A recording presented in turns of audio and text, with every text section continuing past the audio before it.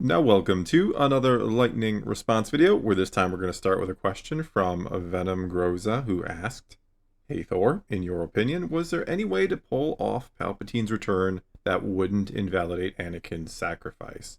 Or somehow make Palpatine the main villain without him physically coming back?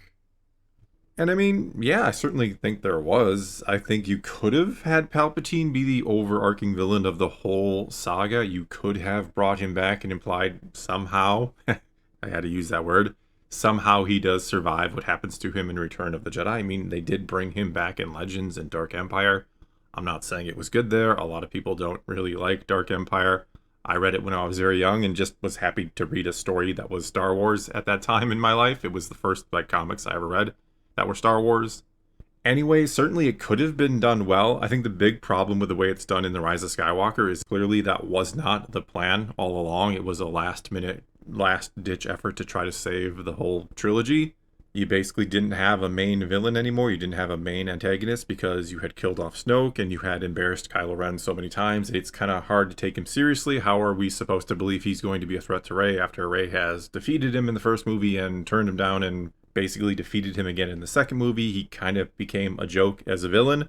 So it would have been very hard to buy that now Kylo Ren is going to be this serious threat after he hasn't been all along.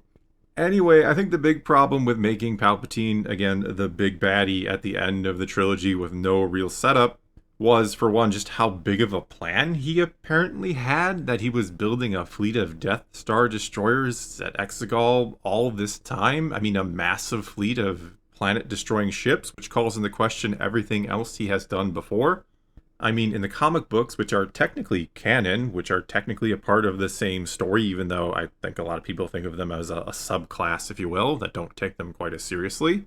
But in the comic books, we have seen that he was building that fleet at Exegol long before he ever died. Somewhere around The Empire Strikes Back, the time of that, he was building it or already had it in operation.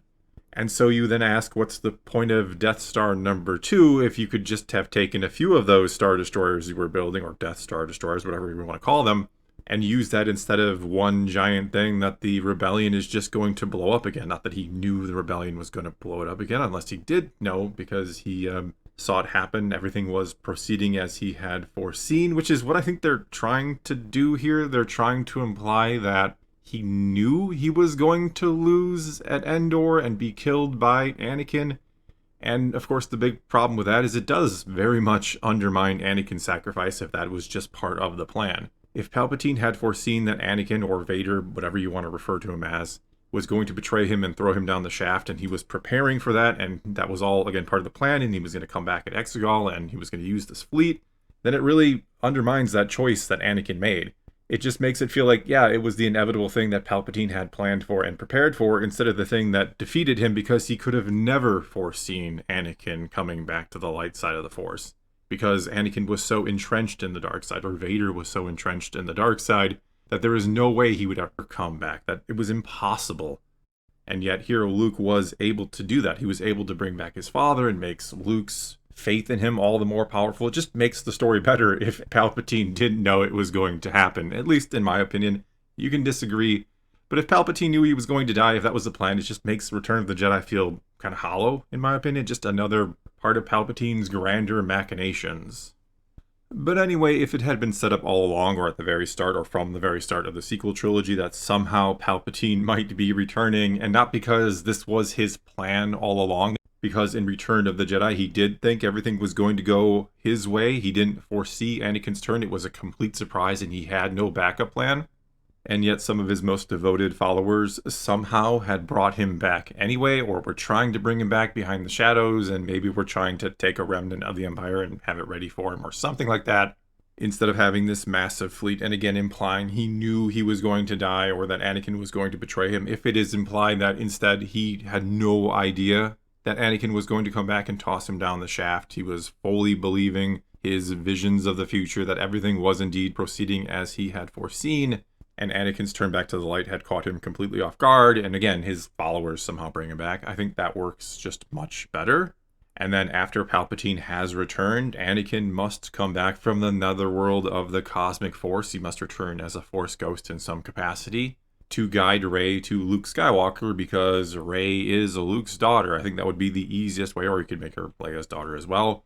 And when the lightsaber calls out to her in The Force Awakens, that's Anakin calling out to her, directing her to Luke. And Luke is not a broken old hermit. He's just waiting for the person he knows can save his nephew, who can save Kylo Ren and can also stop a mounting darkness he feels in the galaxy.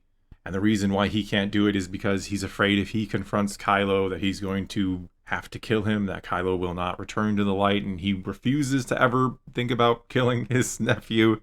Something like that. I'm thinking of all this on the fly, so just something along those lines will say. There's a reason why Luke doesn't want to be the one to confront Kylo and doesn't really know about Palpatine yet, even though it seems like in the sequels he did know Palpatine had come back. He knew Rey was his granddaughter, and I don't know what Luke knew or didn't know in those movies, but again, let's just assume Luke was waiting on the island for somebody who could stop Kylo that wouldn't need to kill him. That turns out to be Rey. It turns out to be his long-lost daughter somehow that he thought was dead, or who knows what, or had been kidnapped years ago and he looked for her for years and years and could never find her. Something along those lines. But you do something like that where Anakin is the one who sends Rey to Luke, and all the while Kylo is being influenced, as I've said before, by some sort of remnant of Darth Vader. So you're having this kind of battle via proxy. You're having Anakin versus Darth Vader to see whose legacy would be the victorious one. Does Vader rise again under Palpatine, who has returned, and they take over the galaxy once more? Or does Anakin actually once and for all destroy the Sith and bring balance to the Force? And I think in the end, what you do is when Rey ultimately defeats Palpatine, or Rey and Luke, or Rey and Kylo and Luke, whoever actually will deal the fatal blow in the end, when he is destroyed, we see Palpatine somehow go to the Netherworld, and instead of him being able to come back this time, Anakin, the Force ghost of Anakin, is ready and drags him into the cosmic force and destroys his consciousness, and he's dead once and for all. That way Anakin is the one who fulfills the prophecy and destroys the Sith permanently and forever. He destroys the very spirit of Palpatine or something like that. I don't know, maybe that sounds cheesy. You don't really need to do this, but if you want to do a sequel, or, I mean, Disney wanted to do a sequel. That's why they spent all the money they did to get Star Wars. But if that's what you want to do and you want to honor the legacy of Anakin and have a generally the same story that they gave us, I think that's just what you do. You don't need Palpatine having this huge plan, because again, that implies he knew he was going to die, that he knew Anakin was going to betray him, and that just undermines Anakin's choice. The choice that seemed impossible for him to do was seemingly inevitable, or what he was just going to do because Palpatine knew it and it was all part of his bigger plan. But yeah, anyway, it could have been done. As for the second part of your question, was there a way to do it without him physically coming back? Well, I mean, yeah, I think you just have him be the looming threat, or have him be the one who is actually speaking to Kylo Ren through the Vader helmet, which kind of was the case, I guess, since he was every voice inside his head anyway. But you have it where Kylo thinks he is serving his grandfather. He thinks he is trying to bring back his grandfather, who is going to be his master in the dark side, but it's actually Palpatine all along. His last gasp is still around, and he's trying to come back. And again, you can just have it where in the end Anakin is able to take that part of his soul or spirit, whatever we want to call it, that part of him that is the Force, drags it over to the cosmic force and obliterates him once and for all. Alright, I think that is all I got for you this time. Your turn. Take to the comments below and tell me what you think about my ideas here. Again, they're on the fly. They're not fully fleshed out or anything like that. But tell me what you think. Would that work? Would you not like it? And do keep in mind, we are after the fact here. If we make Rey the daughter of Luke back in the day, maybe we all love her right now. Maybe we don't. I don't know. But I know some are going to say something like, I hate Rey. I don't want her to be Anakin's granddaughter. Yeah, I get that. But try to take yourself back to 2015 before we knew what we do now, and look at it from that perspective. But anyway, leave your comments below. If you want to ask a question for a future lightning response video, you know what to do. Just start your comment off with "Hey Thor." You ask your question. I will try to answer it in a future video. Again, I get tons and tons of questions, so I can't answer them all, but I try to get to as many as I can. Either way, leave the comments below. Let's talk some Star Wars, and until next time, thanks for watching.